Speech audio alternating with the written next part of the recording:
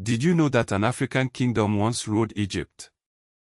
Get ready to challenge your understanding of the continent with these surprising African history trivia questions. We're diving deep into the untold stories, forgotten empires, and remarkable figures that shaped Africa's past. Let's begin our journey through time. Our first stop is ancient Nubia, also known as Kush. This powerful kingdom, located in what is now northern Sudan, wasn't just a neighbor of Egypt, it actually conquered and ruled Egypt as its 25th dynasty. But what years did this Nubian dynasty reign? Was it 947 to 856 BC, 747 to 656 BC, or 647 to 556 BC? The answer, of course, is 747 to 656 BC. Moving further south, let's explore the city of Meroe, the later capital of Kush. This city flourished for centuries, showcasing sophisticated urban planning and iron production. But roughly, during what period did Meroe thrive? Was it 500 BC to 250 CE, 300 BC to 350 CE, or 100 BC to 450 CE? The correct answer is 300 BC to 350 CE. Now, let's jump across the continent to present-day Nigeria, where we find the Nok culture. This civilization is famous for its terracotta sculptures and early ironworking. But around what time period did the Nok culture flourish? Was it 2000 BC to 500 CE, 1000 BC to 300 CE, or 500 BC to 500 CE? The answer is 1000 BC to 300 CE. Shifting gears, let's head to Ethiopia and Eritrea, home to the Kingdom of Aksum. This kingdom was a major Red Sea power for centuries, trading with empires across the world. But approximately, from what time period did Aksum dominate the region? Was it the 1st to 7th century CE, the 3rd to 9th century CE, or the 5th to 11th century CE? The answer is the 1st to 7th century CE. Now, let's travel south to Zimbabwe, where we find the ruins of Great Zimbabwe. This impressive city was built by African labor, showcasing sophisticated architecture and engineering skills. But when was Great Zimbabwe primarily built? Was it between the 9th and 13th century CE, the 11th and 15th century CE, or the 13th and 17th century CE? The correct answer is between the 11th and 15th century CE. Our next question explores the Mali Empire, renowned for its wealth and trans-Saharan trade. Under the rule of Musa, the empire reached its peak. But approximately, when did Musa reign? Was it 1212 to 1237, 1312 to 1337, or 1412 to 1437? The answer is 1312 to 1337. Let's shift our focus to the Songhai Empire, a dominant force in West Africa. This empire boasted major centers of learning and trade. In which centuries was the Songhai Empire most dominant? Was it the 13th and 14th, the 14th and 15th, or the 15th and 16th? The correct answer is the 15th and 16th. Now, let's test your knowledge of African scholarship. Timbuktu, in present-day Mali, became a major center of learning. But by what centuries had Timbuktu become a major center of scholarship? The 12th to 14th, the 14th to 16th, or the 16th to 18th? The correct answer is the 14th to 16th. The University of Al-Qarawiyyin, located in Fez, Morocco, holds a special distinction. What is it? Is it the oldest mosque in Africa, the largest library in Africa, or one of the oldest continuously operating higher learning institutions in the world? The correct answer is one of the oldest continuously operating higher learning institutions in the world. Now, let's talk about the spread of Islam across Africa. Beginning in the 7th century, Islam profoundly influenced North and West Africa. But what specific aspects of life were reshaped by Islam? Law, learning, architecture, and trade were reshaped. Christianity also boasts deep roots in Africa. Which two countries in particular were major early Christian centers? Egypt and Ethiopia were major early Christian centers. Speaking of Ethiopia, its Christian kingdom was established in the 4th century CE. But under which king was it established? Was it King Lalibela, King Menelik, or King Ezana? The answer is King Ezana. Let's move on to the colonial period. The Berlin Conference formalized European partition rules for Africa. But in what years was the Berlin Conference held? 1784 to 1785, 1884 to 1885, or 1894 to 1895? The correct answer is 1884 to 1885. The rapid colonization of Africa, known as the Scramble for Africa, occurred mainly in the late 19th century. But specifically during which period did this scramble take place?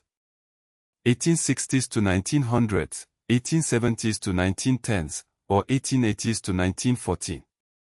The correct answer is 1880s to 1914. Ethiopia stands out for its successful resistance against European colonialism. In what battle did Ethiopia defeat Italy, becoming a symbol of African anti-colonial victory? Was it the Battle of Gondar, the Battle of Odwa, or the Battle of Shire? The answer is the Battle of Odwa. Liberia holds the distinction of being one of the first independent nations in Africa. In what year did Liberia declare independence?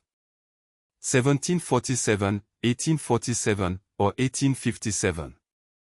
The correct answer is 1847.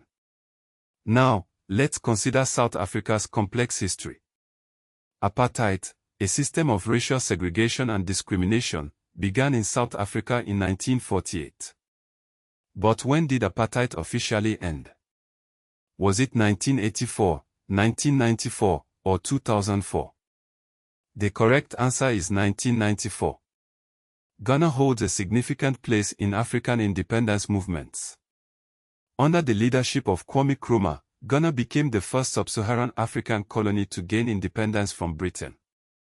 On what date did Ghana achieve independence? March 6, 1957, April 6, 1958, or May 6, 1959? The answer is March 6, 1957. Nigeria, another major African nation, also gained independence in the 20th century. But on what date did Nigeria gain independence? September 1, 1960, October 1, 1960, or November 1, 1960? The answer is October 1, 1960. Algeria's path to independence was marked by a long and difficult war. From what country did Algeria gain independence? Was it Britain, Spain, or France? The answer is France. And on what date did Algeria gain independence? July 5, 1962. Let's shift our focus to Pan-Africanism, a movement that aimed to unite and uplift people of African descent worldwide. Pan-African congresses played a crucial role in connecting anti-colonial thinkers. But when did these congresses play a key role? Early 20th century. The Organization of African Unity, or OAU, was founded in 1963. In what city was the OAU founded? Was it Nairobi, Addis Ababa, or Dakar? The answer is Addis Ababa, Ethiopia. The OAU was later replaced by the African Union, or AU. In what year did the AU replace the OAU?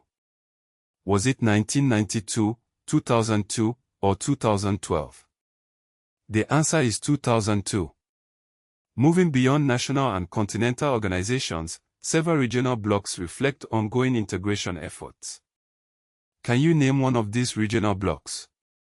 The East African Community, ECOWAS, and SADC are examples.